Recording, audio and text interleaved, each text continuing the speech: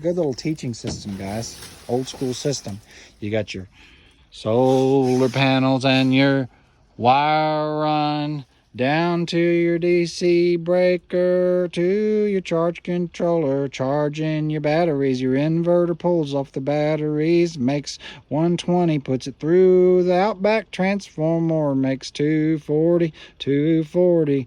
AC power with an interlock going to the well pump. All right, folks, so I am out at an undisclosed location as always, and this is an emergency service call. The installers, the original installers, are gone, and the only person that understood the system, unfortunately, has passed away.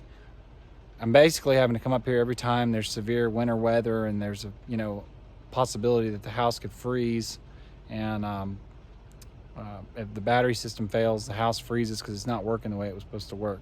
So I'm at the well pump system right now, and all this stuff could be made to work, but it doesn't work now. The reason the well pump has its own system is because it's so far away from the house. There's the well house, and the system for the well pump is in there, and I'll show it to you. All right, so it's 4 panels. He went overhead, which, my recommendation on this would be to come down and come in, but they didn't feel like digging. So anyway, it's lasted this long.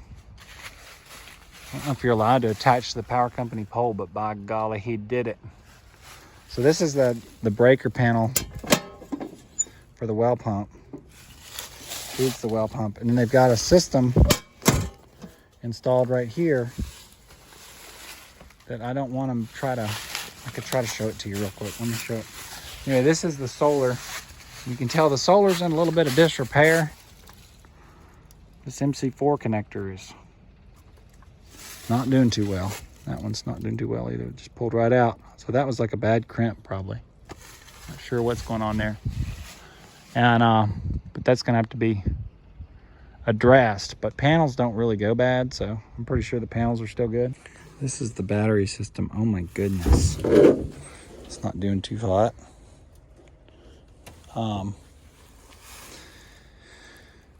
It's a 24-volt system. Got a little squirrel nest in there. And old Outback inverter. And these Suncast boxes, they do surprisingly well, but dang it, they should not have put it in here like this. This is just kind of screwed up. So last time I was here, I was down dealing with another system, and the cables I was wiggling, or I was kind of messing with it. One of the cables started sparking. So 24-volt battery bank, 24-volt Outback inverter, charge controller. System's dead as a doornail. And there's a transformer to make 240. This was a little well pump starting system. So kind of cool, kind of interesting. This is like 10 years old. But they were using this thing to run the well pump. And it's been getting rained on. It's definitely been getting wet. There's the Outback transformer. That makes 240 from a 120 volt inverter. And there's some dirt daubers and corrosion on that panel. And there's a cool way to mount a panel mount breaker. Look at that. I don't know if you guys can see that, but they've got a panel mount breaker on a piece of angle for the battery breaker to the inverter. This is a good little teaching system, guys. Old school system. You got your solar panels and your wire run down to your DC breaker, to your charge controller, charging your batteries. Your inverter pulls off the batteries, makes 120, puts it through the Outback transformer, makes 240, 240. AC power with an interlock going to the well pump.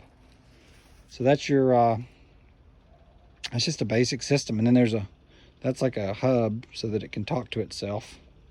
So that inverter powers this thing, and then all these Outback devices are going into this hub.